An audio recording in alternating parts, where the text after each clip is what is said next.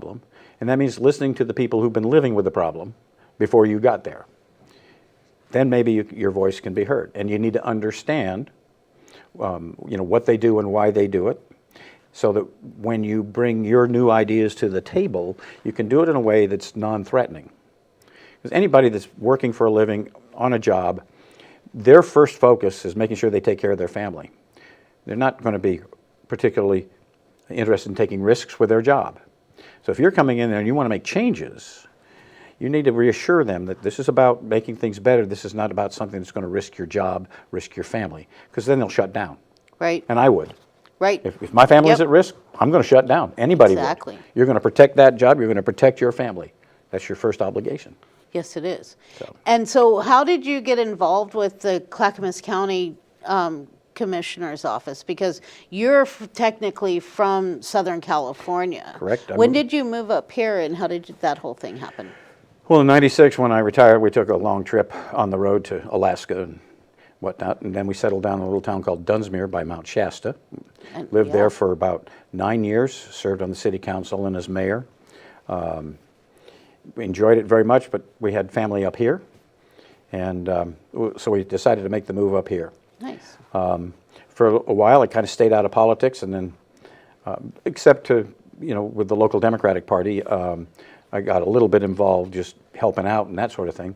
And a lady who used to be on the water board convinced me to throw my hat in the ring for an appointment. And I got appointed to the Clackamas River Water Board at a time when it was in pretty dire straits.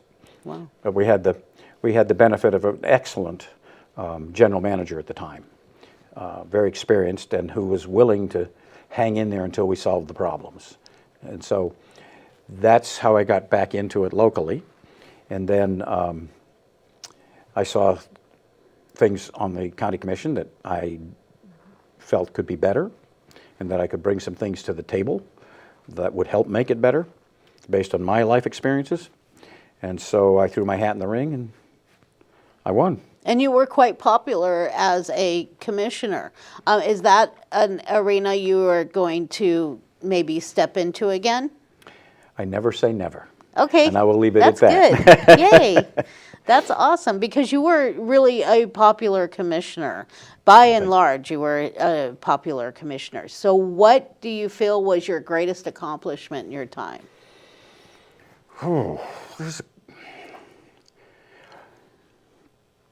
Well, on the human services end, we completed 214 units of low-income housing.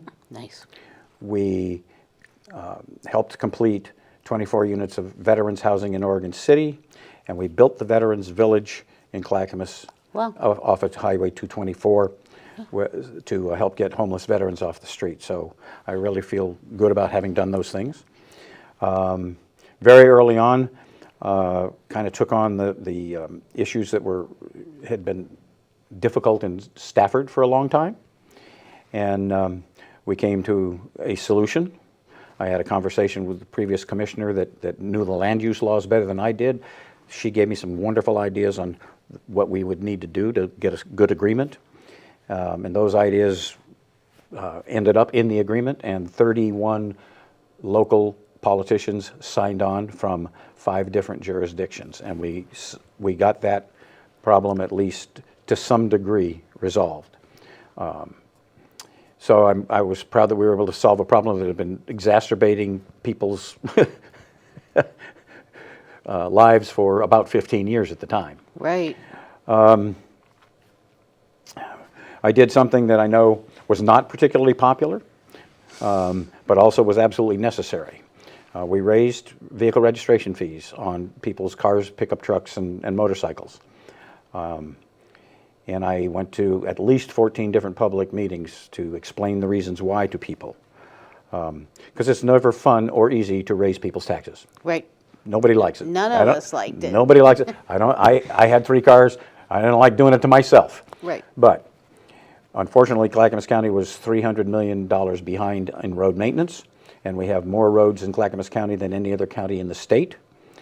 We were unable to get a gas tax through, but we could make the decision to do the vehicle registration fee. And we shared that with the cities. The county got 60%, the cities got 40% based on population, so they were able to improve roads in their communities also. But we didn't have the benefit that Washington County had, where they had 4 separate local sources of income that got them $49 million a year more. Right. Or Multnomah County that had 2 separate local sources of income that got them $17 million a year more, and they only have 250 miles of roads. Yeah. So it was a hard decision to make. It is never easy to tell people we're going to take more money out of your pocket. But what I can tell you is that it was a community group that came up with the $30, because we could have gone as high as $54 per year. So it was input from the community that gave us that.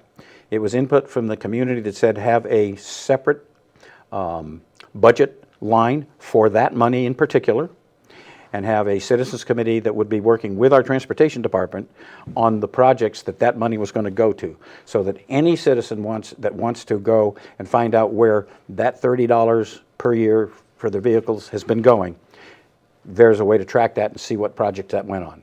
And we increased our projects somewhere between 25 and 50%. So I've always had this question, because you hear about people talking about how the government's corrupt and they don't look out for the people. They're just, you know, the paying off corporations and stuff like this. And I'm always the one that says, do you have access to the balance sheet? How can you justify your accusations if you aren't looking at the balance sheet? How do Clackamas County residents get access to the balance sheet? We have by law, we have a citizens committee that works with the county commission to do the budget. And that budget is 100% open to all of the members of that volunteer group of citizens. And it takes the votes of that volunteer groups of citizens as well as the county commissioners to pass that budget. Also, that budget is a public document. Anybody that wants to see it can see it. Thank you. And where do we go to see that? You contact Clackamas County, clackamas.us, and I couldn't tell you how you go through the Right. the process online, but if nothing else, you could walk down. You could go to the Clackamas County offices, and you could ask, and they can tell you exactly how to get to it. And you can go online and you can read the budget. That's awesome. I have always wondered, I knew we could, I just didn't know where it was. If any of you want to call and talk with Ken, that would be fabulous. I'm sure he'd happy to hear your questions. You can dial us at 503-650-0198. That's 503-650-0198, and you can talk to Ken. I have some questions here about the upcoming elections, local elections in Clackamas County, and you know, the governor's race. Mm-hmm. So as far as Clackamas County, what direction do you want to see the commission go? I'm not sure what you mean by the question. So Sonia's up for re-election. Correct. I'm voting for her. So, and there's a few others that I'm not as familiar with. Okay. So Are you asking? what is your vision of what the commission may become after November, knowing what you know about the people who are running? Well, like you, I'm supporting Commissioner Fisher. I've met and interviewed and spent some time with Libra Ford, who is running against Commissioner Savas. I like her. And I am impressed with her. She is bright. She's well educated. She's already gotten a little experience being on a school board in Happy Valley. Mm-hmm. And I think she brings some real energy to the position. And I would like to see her on that commission. Me too. I adore her. I think she's awesome. I've done a little bit of research on her. I highly respect her decisions. So on the Oregon State level for elections, what do you think is going to? Can you make a prediction of sorts? This is a tough race to predict because you have 3 candidates in there. Okay, I have a personal choice. Anybody who knows me knows I'm a labor guy. Okay, I'm not anti-business, but I am definitely pro-labor. Right. I believe there's a symbiotic relationship between capital and labor, business and labor, and they're both mutually dependent upon each other. But as a working guy all of my life, I'm a labor guy. My current business is working for labor. And so I like Tina Kotek. Yay, me too.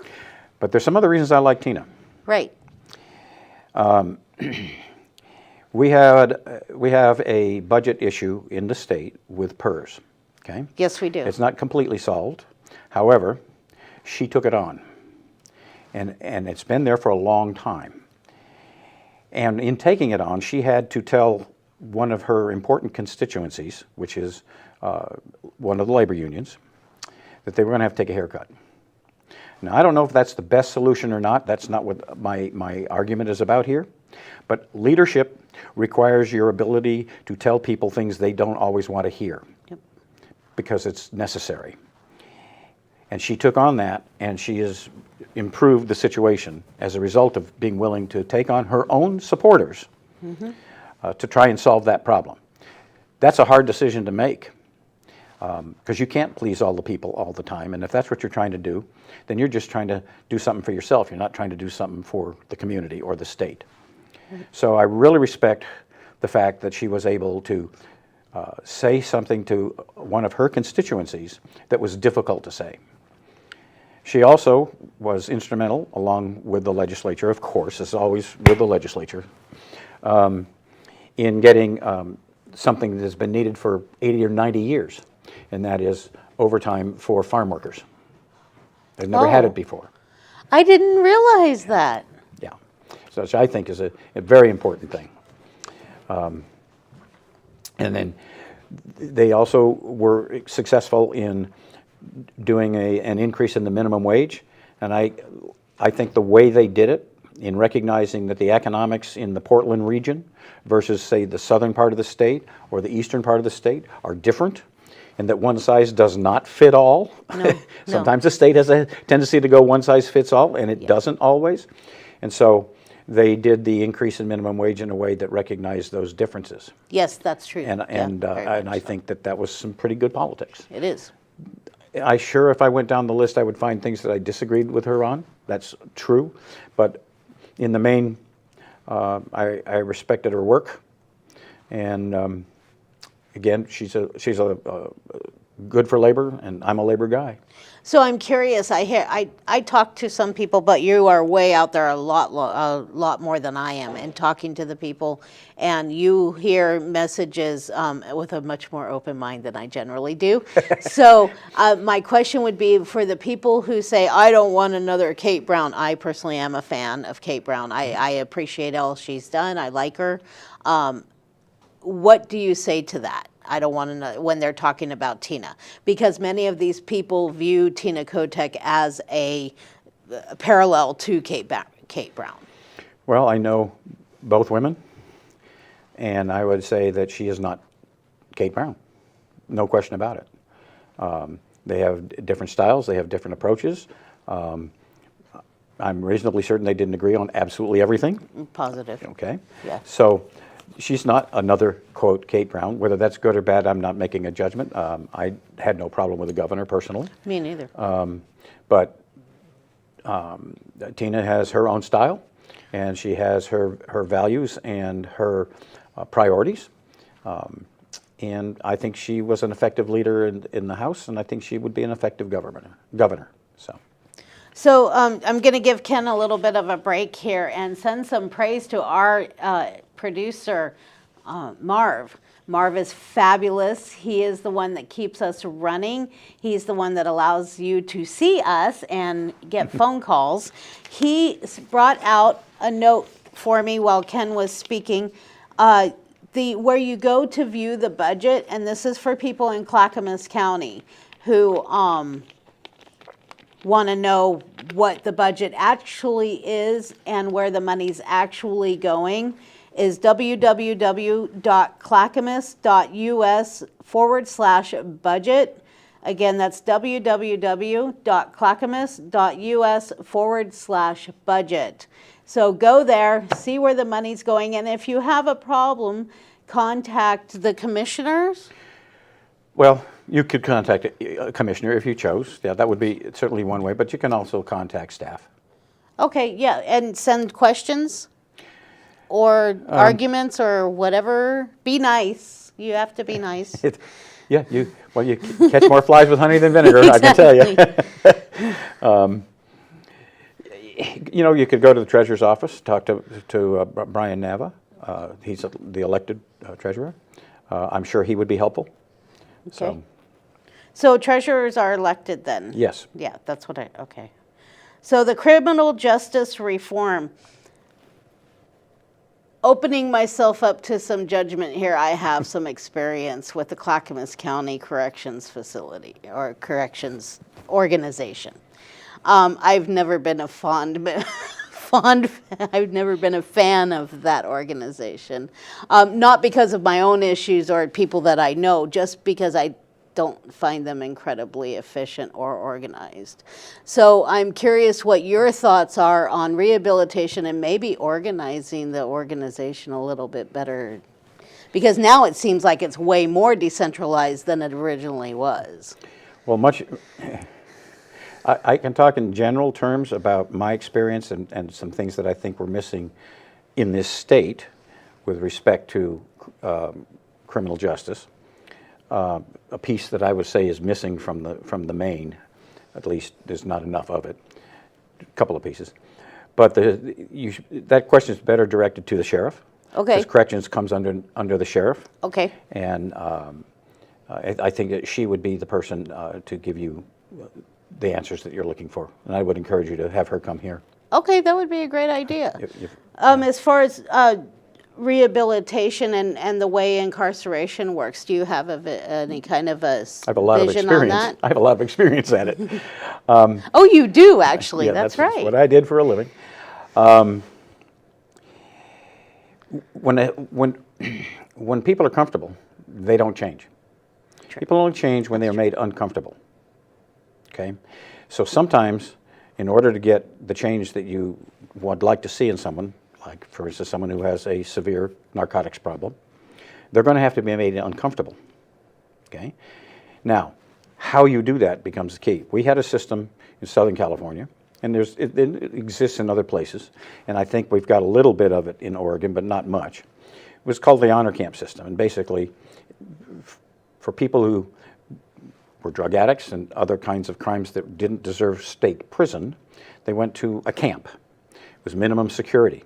It provided counseling, it provided job training, it provided work, and you got sober. There's a number of people that have these problems that are not going to voluntarily come in and get help. They're comfortable. Somebody brings them food, or they can go. I wouldn't say they're necessarily comfortable. They're just stuck. But from their perspective, not from my perspective, okay? They're comfortable. They can go to a shelter and get food when they want it. Somebody has given them a tent. Somebody gives them jackets in the cold weather, because I used to do exactly that myself. They can get the narcotics that they want fairly easily. They need. Yeah, so when they get to, there's a point at which some people, they do seek treatment. I mean, and that's the other piece of this, so let me finish this. Sorry. But there are people that the only way you're going to get them to have half a chance of getting sober and staying that way is they're going to have to be taken off the streets and put into some kind of a custodial situation. It does not need, or should not be, a prison. It needs to be a relatively benign setting, okay? And we're missing that piece of the puzzle for those people that are just not going to walk in and ask for treatment. The people today that recently get tickets for drug use in Portland, last number I saw, I think, was 165 people of all the people that have received these tickets have actually sought help. That's all. And that was the deal. You get a ticket, if you seek help, you don't pay the fine. Only 165 people. Out of how many got tickets, received tickets? Several thousand is my understanding. So I would. So my point being. Okay, go ahead. So my point being, there's going to be some of the people that if you want to save their lives, and that's what I want to do, is I want to save their lives, because if they continue doing what they're doing, it's going to kill them. Then you have to get them off the street. That's what you have to do. Now, the other thing that we've got to get caught up on is when we decriminalize, when the state made that decision, when the voters of this state made the decision to decriminalize personal use, the promise was there was going to be mental health treatment. And we're not even close to the amount that is needed. We have got to beef up that system and get people, because many of the people do have mental health issues, which is part of the reason why they're there on the streets. And we don't have nearly enough treatment facilities and treatment personnel to meet the need. So these are two pieces of this puzzle that need to be beefed up significantly, in my opinion. And my experience has been that people who came into our facilities, we had a higher rate of success than state prison had. So I respect everything that you have said, and your background, from what you have seen, has been under the filter of a corrections officer's view. Mm-hmm. Absolutely. Well, actually, a probation officer, but yes. Okay, yes, there is differentiation. Because a probation officer has more orientation towards counseling and therapeutics approaches to things than corrections does. Okay. And I'm not I belittling understand. corrections. I'm just saying I understand. there's some different focuses, at least There is. where I was. So in another view, an observer's view, and someone who has spoken and been influenced and lived in certain communities where this is prevalent, I would invite you to Thank you. consider that someone attempting to self-medicate themselves for lack of insurance, lack of money, lack of shelter, or lack, period. One, is not comfortable. Two, it's a circle of insanity. You try to get better, and your body is craving that component or that chemical so much that you are not as strong as that craving. Mm-hmm. So you not want this thing, no matter how badly you want that thing to go away. It is the only thing that is going to keep you moving through the day. That is a medical condition. That is something that needs medical treatment. Now, the crimes that are committed to obtain that prescription of sorts should be prosecuted. 110%. Self-medicating should not be criminalized. One. Two, you are 110% correct on the lack of mental health treatment facilities and personnel. However, they are also missing the fact that addiction is a medical condition.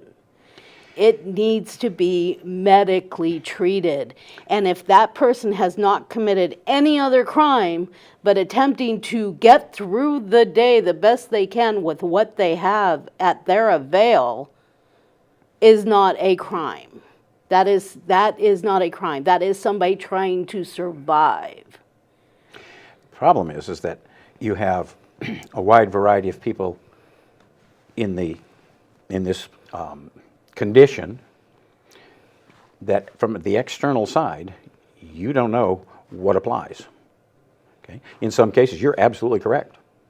Okay? In other cases, it's criminal behavior that feeds a drug habit that they chose for whatever reason they may have chosen. They may not have chosen it. Some may not have. Some may. My whole point in this is that everybody on the streets with a drug problem didn't get there the same way, nor do they all have the same problem. So the same solution. They're all sick. they all have the same problem. Some are sick, some just have a problem that needs to be addressed. Some are addressing that problem by doing crimes, victimizing other people. Some have serious mental health issues. All of those conditions are there. You can't just treat all of those conditions with only one method. We didn't do corrections with only one treatment modality, okay? You have therapeutic community, you have behavior modification, just to name two. Transactional analysis is another form of behavior change modality. But what if it's not behavioral issues? What if it's actually, I mean, we are chemical human beings. If there's a way to get that person into treatment, I'm all for it. Don't misunderstand me. I'm not saying that camp system is the right answer for everyone either. I'm saying there is a portion of the population that's going to be the answer. I don't think treatment is a medical facility that treats a patient in the way a patient should be treated, right? Like a solution to that person's problem. Treatment centers just go, detox, you're out of here. Yeah, and for some people that works, but not everybody. It doesn't, because they just go right back out and do it. But I've lived in these communities, I've watched it. And all I can tell you is, in my experience in working with people that have had these problems, in some cases it's a mental health issue that needs to be addressed. It's how they got where they got. In some cases it was financial issues. Then they went down that rabbit hole, and they do want to get, the right social worker showing up out on the streets at the right time will be successful. Some people, they are not going to change until they have to, until they are made uncomfortable. And that's the population that is not getting addressed, and that's also the population that's at the highest risk. They will die. Yeah. And I don't want them to die. But I also don't want them, especially the ones who do crimes, victimizing people because of that. Of course not. So somehow or another, you have to get them into treatment. If they will go voluntarily, great. If they won't, you may have to put them in some sort of a facility. Now, it can be a treatment facility, it can be a correctional facility. It should not be state prison, in my opinion, unless they do a serious enough crime. That's a whole other piece of the puzzle. Well, that's a criminal activity. Yeah. But if it's relatively minor, then you use that minor crime to get them into a place where they can get sober and get treatment and get, as the saying goes, get their mind right, okay? So why is alcohol legal and heroin isn't? I have no idea. Because heroin used to be medication. Yeah, I know. There was a Supreme Court justice before the turn of the 20th century that was a heroin addict because it was a medication. You're correct. But it's also a drug that's very addictive and also very abusive. Just alcohol. Yes, but it does. Alcohol is a tradition that goes back literally millennium. So is heroin. Heroin was used in the ancient days as medication. I don't know how far back it goes, to be honest with you, but alcohol. If there's a way to ferment something, human beings have figured it out. So we've pretty much always had it. So why is that legal and heroin is not? It's the two. It's. I don't know. We had one other question that we were talking. Oh, this is the exciting one. Where are we? Okay, so call us at 503-650-0198. It was in there somewhere. Again, come talk to Ken. He's tired of my questions. 503-650-0198. Ask Ken questions, and we are here for another 25 minutes. So I have an analogy for you. Okay. That works under some circumstances, not all circumstances. You have a child. You've told the child who comes into the kitchen when you're cooking, don't reach up and touch the hot stove. The child starts to reach up and touch the hot stove. What do? Well, I move their hand out of the way and tell them don't do that. Okay. You're going to hurt yourself. Yeah. But if they do it again, is there at some point you would administer at least some form of punishment? No. See, I never spanked my kids. They did get sentences and they got time out. Okay. See, And I just would move them, but there's going to be redirect them. There's a consequence, correct? Yeah, if they touch it when I'm not there, they'll burn themselves and figure it out. But I mean, if you are there, there's a consequence for their behavior if they don't do what you told them to do. Yeah. Okay. Yes, of course. That's my point. Okay? Because we don't let the child, touch that because of the damage that it would be doing to the child's hand. It's no different with someone with a severe drug problem that we're not talking, again, not mental health or that, but they've got a severe drug problem.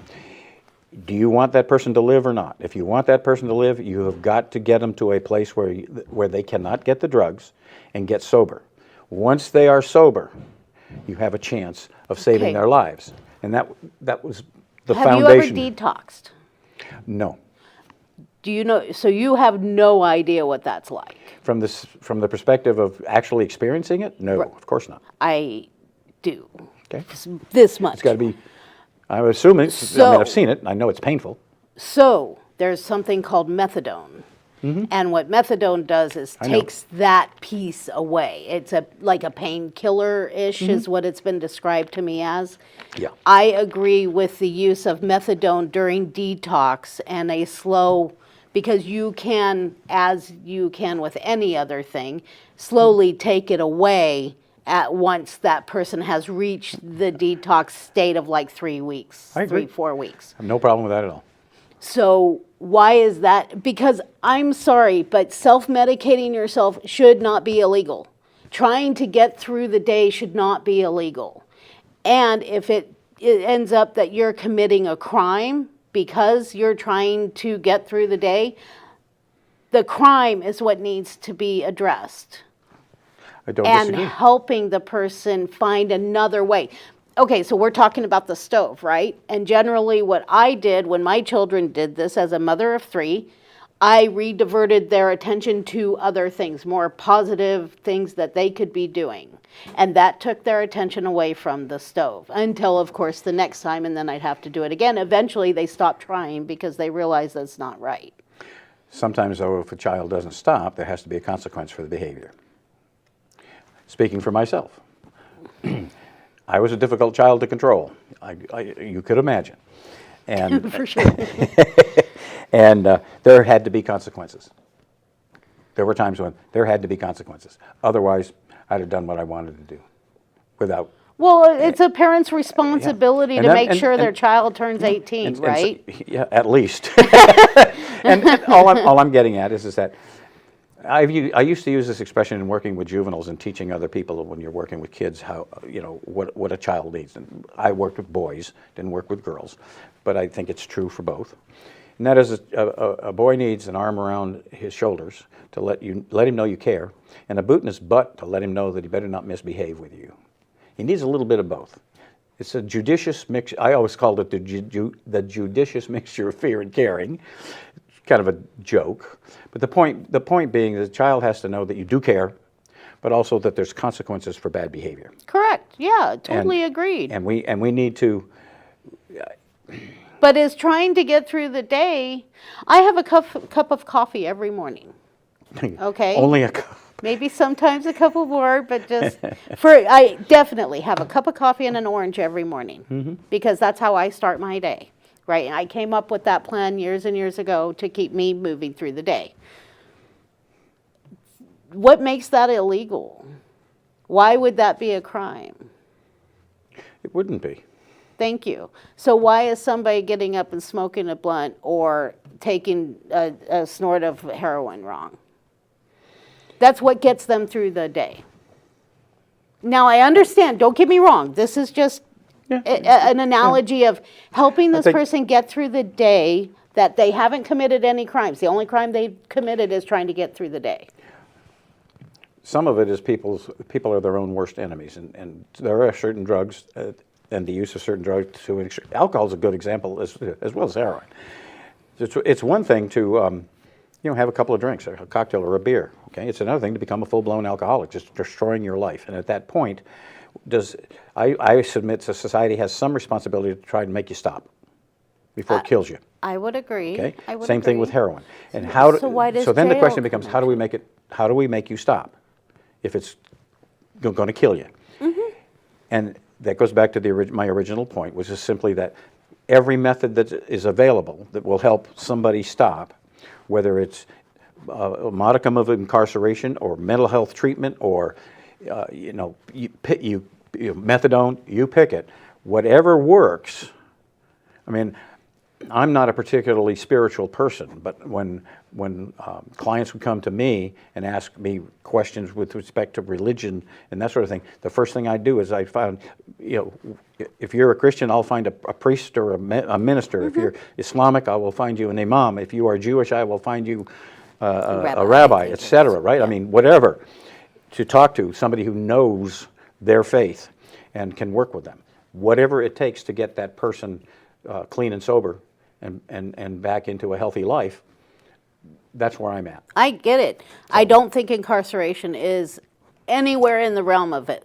It should not be. That's the worst thing that you can do. I would respectfully disagree in some circumstances because I've seen it work. Well, yeah, and if they've actually committed a crime, for sure. Yeah. But if they're just trying to get through the day. So broadband. Okay.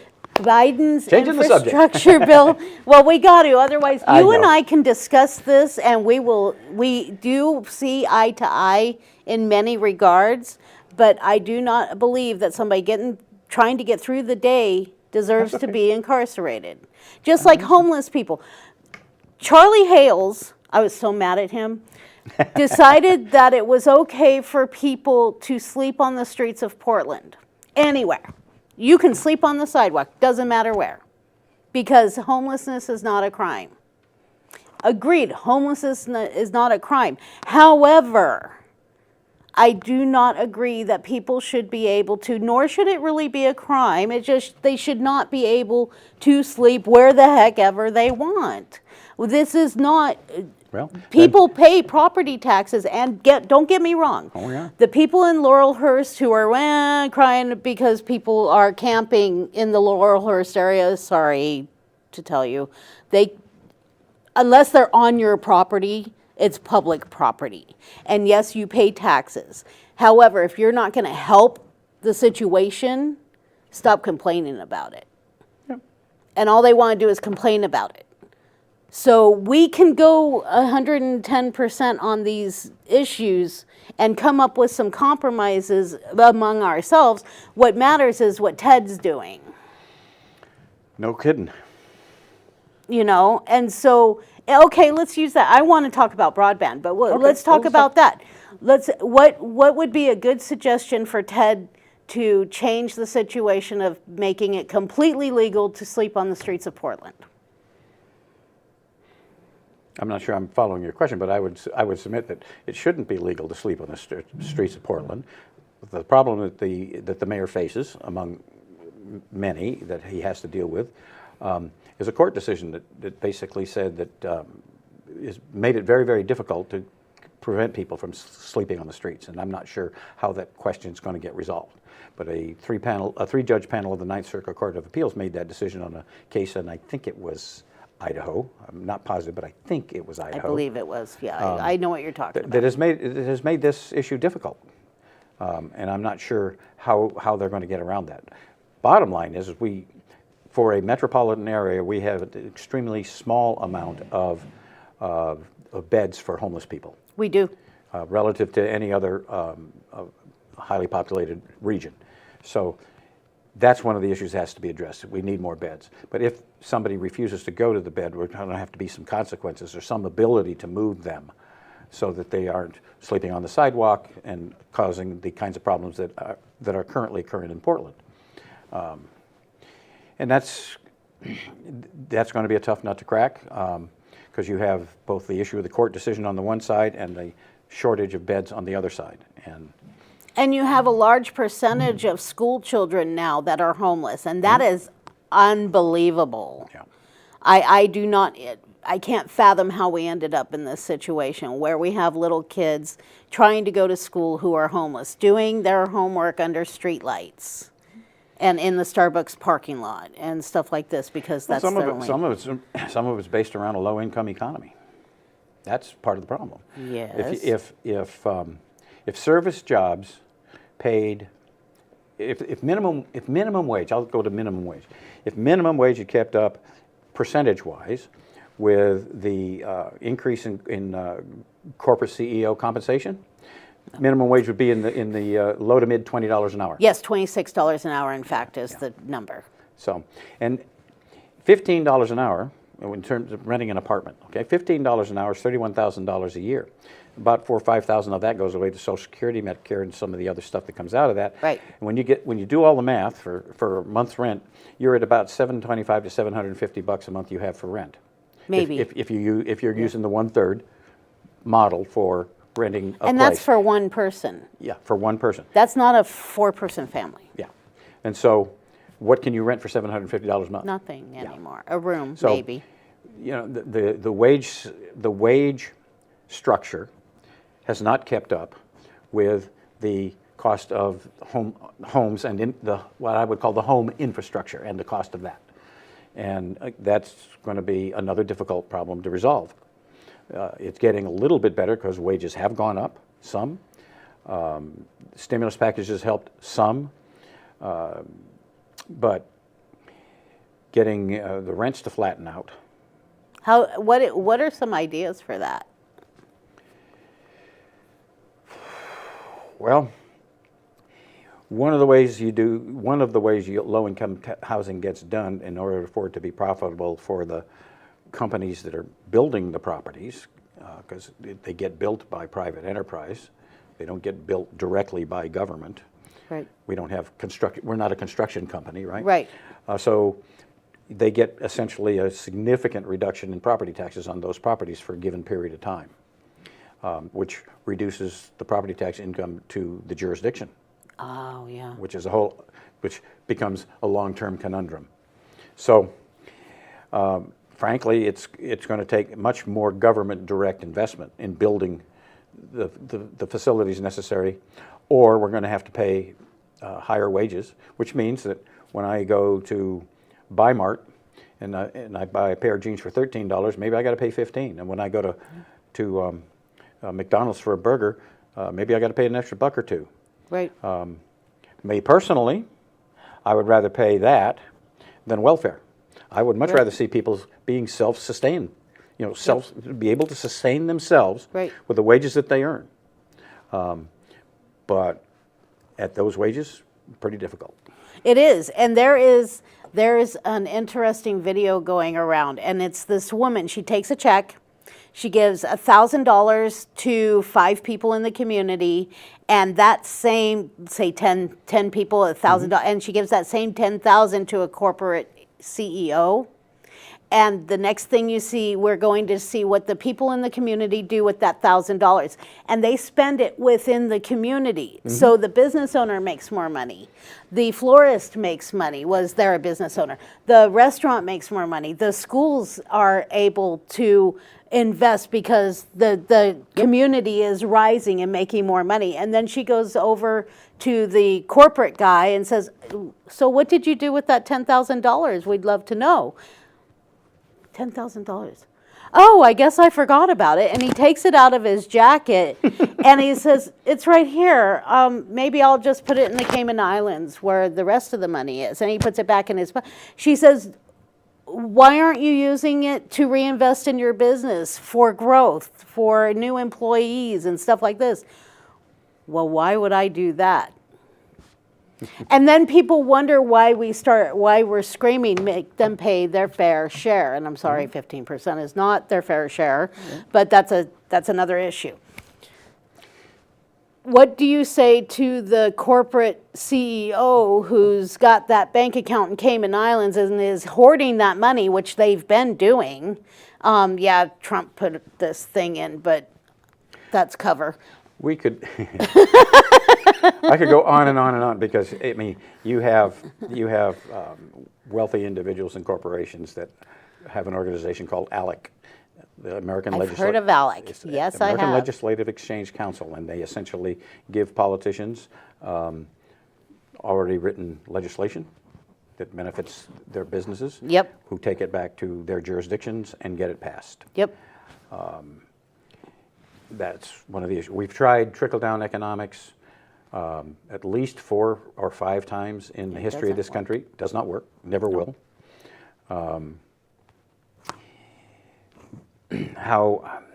So there's some significant changes in the laws that need to be made. In my opinion, Citizens United decision was a disaster because it allowed incredible amounts of money, pretty much unaccounted for money, to come into the political world.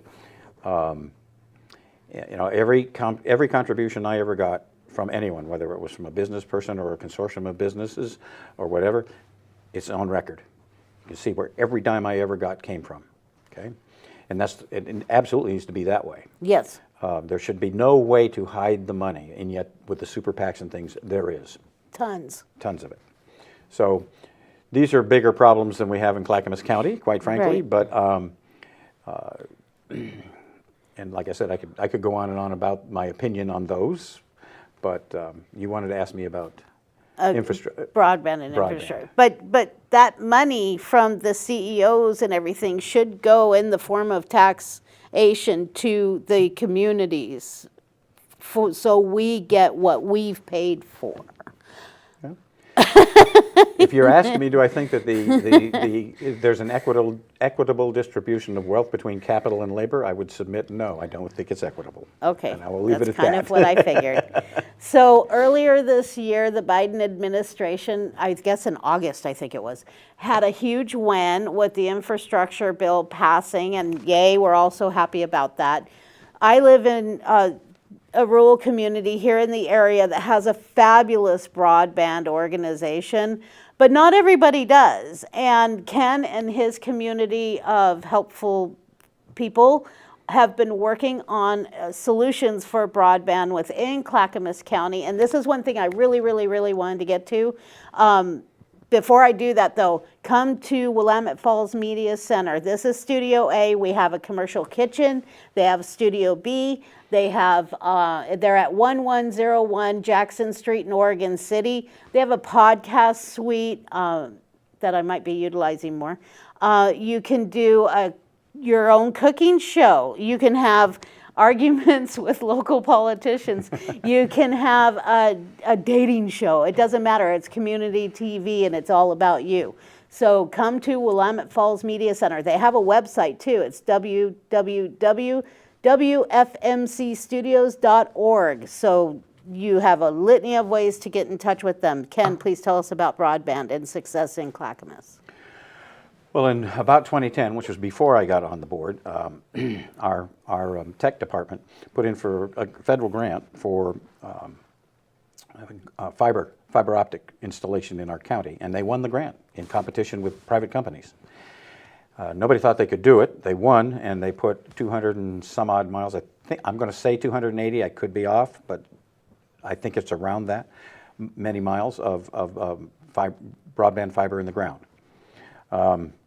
They have connected quite a number of government agencies and whatnot to that fiber, but they don't run the ISP. They just give them the connection. Okay. Colton School District wanted a high-speed internet, and the company that was available to provide it said they would.